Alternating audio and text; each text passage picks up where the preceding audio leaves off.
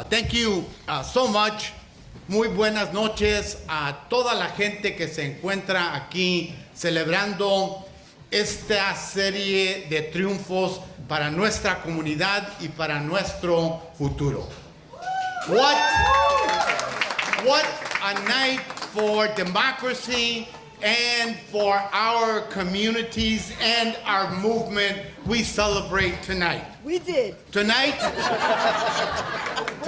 we showed everyone across the country paying close attention to this race that hate and the right wing attempt to hijack our movement will not succeed. That's right. And what started 41 years ago as a movement for political empowerment tonight continues to celebrate progress and achievement. So to those questioning what we've been doing for the past 40 plus years, look around you, look in front of you, look on the side of me. It's a diverse coalition of leaders rooted in communities and advancing a progressive agenda for working families. That is our effort. And we've elected leaders to Congress. We've elected leaders to the Senate and the House, countywide and county districts, to the City Council, and to the judiciary in growing numbers, and we celebrate them here tonight once again. In sub-circuits, but as well as county-wide elections. It didn't happen overnight, and we suffered a few defeats along the way. It takes quite a while to dismantle a bad Chicago machine, but we have done it on the Southwest side, and it's inspired people all over Chicago. And now we are here with the same spirit of resiliency, saying it loud and clear. Our movement is strong, our movement is bold, and we are progressive, and don't forget it, we are effective. We have delivered for our communities. We have defended and will defend our communities. We have fought back against hate and division, and we've come together and uplifted each other, especially in our greatest time of need. That is what we are about. The legacy of Harold Washington, Rudy Lozano, and many others is alive tonight, and we're not done yet. Yeah. And there is a clear attack against immigrants, against women, against African Americans, against Muslims and Arabs, and the LGBT communities. What that should tell us is that we need to stand strong together and united. Our work together will be tough, but we are tougher, and we've demonstrated it time and time again. We will not back down because we know what is at stake. Our priorities are not just talking points. They are commitments to communities and to ourselves. It's time that we create an economic opportunity future for working families and to lower the cost of living for all of our people. People should not have to work to live and live to work. People should be able to retire with dignity and grace and their families. Yes. And it's time that we continue the effort to create more jobs, and jobs that pay a good living wage and offer the guarantee of a good retirement. It's time to make health care a human right in this country, and to reduce the cost of that care and of medicine. And Democrats in the U.S. Congress are committed to doing that we're going to be working not just on lowering the cost of insulin as we've done already, but to make that cost lower for everyone who needs it, but to also begin on that longer list of medicines that people need for their quality of life and their well-being.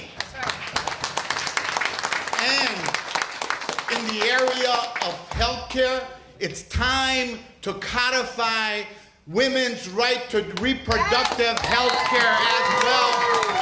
And we begin that work in Washington tomorrow morning.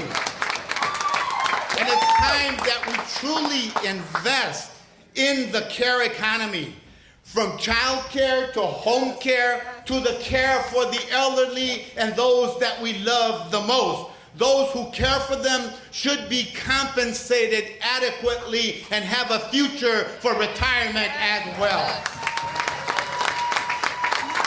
And it's time that we get really serious about gun violence and the epidemic that's plaguing our communities across the land all over the country. It's destroying too many lives. It is time to act. We must build on the modest legislation that we passed at the end of 2022. We ought to have additional gun control measures, and we ought to ban assault weapons in America. And it's about time that we fix our broken immigration system.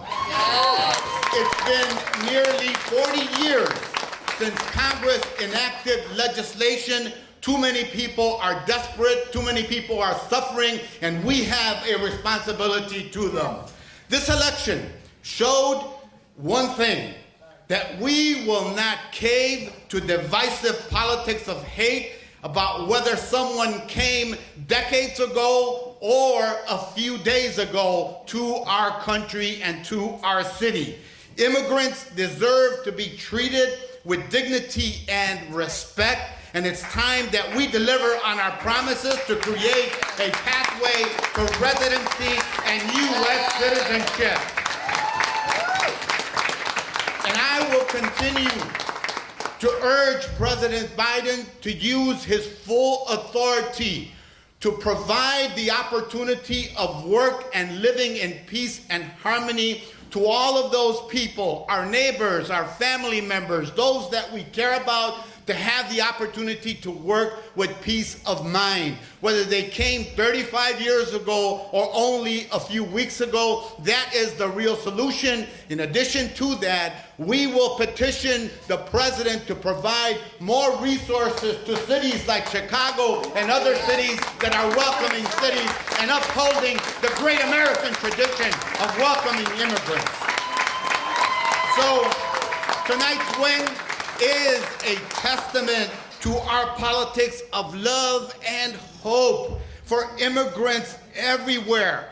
I thank the people of Chicago, the people of suburban Cook, the people of DuPage, because they came together in a coalition and embraced and said, we like what you are about. You are rooted in making a difference in people's lives. You are rooted in bringing people together. You don't forget history. You celebrate history. And most importantly, you celebrate what's made America the great country that it is. And those are the pillars that we stand on tonight.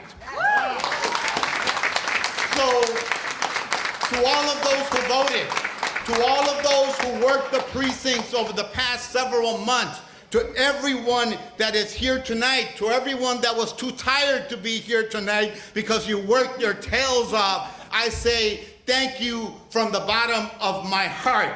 I say thank you to my beautiful wife of 46 years, Evelyn.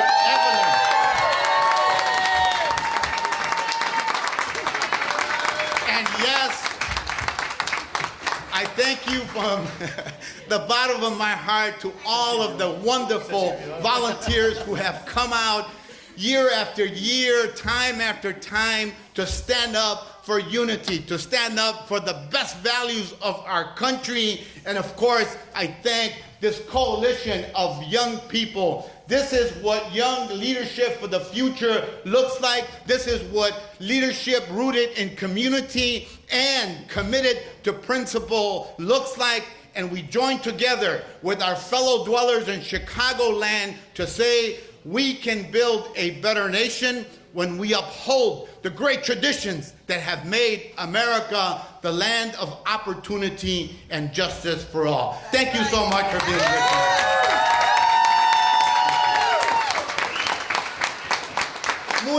Muy buenas noches a todos los voluntarios y voluntarias que se encuentran aquí esta noche. No voy a repetir todos mis comentarios en español, pero sí les quiero dejar saber tres cosas. Una cosa es que existe una coalición en el 4º distrito que entiende la importancia de vivir bajo principios que reconocen la igualdad de todos los seres humanos. Esa coalición aprecia que podemos unirnos como latinos, como inmigrantes, como grupos étnicos europeos y de otras partes del mundo y defender y proteger los derechos de todos. Esa coalición que nos elige para otro término esta noche reconoce la importancia de seguir trabajando para avanzar el bienestar de todos, la salud, el acceso a la medicina, los derechos constitucionales, la reforma migratoria y también el avance de una economía que ofrezca prosperidad y oportunidad para toda la gente que contribuye a esa economía. Eso es lo que yo tomo de esta elección. Mañana retorno a Washington como representante del 4º distrito. Esta noche le agradezco a todo el pueblo del 4º distrito, a todos los electores que votaron hoy, a los que no votaron, les urjo que por favor voten en noviembre, y a todos los que quisieran tener el precioso derecho al voto y que anhelan a tener la residencia permanente y un día el derecho al voto, les pido que por favor mantengan la fe, sigan luchando, así un día lograremos la justicia y la igualdad para todo nuestro pueblo. Muchas gracias y muy buenas noches.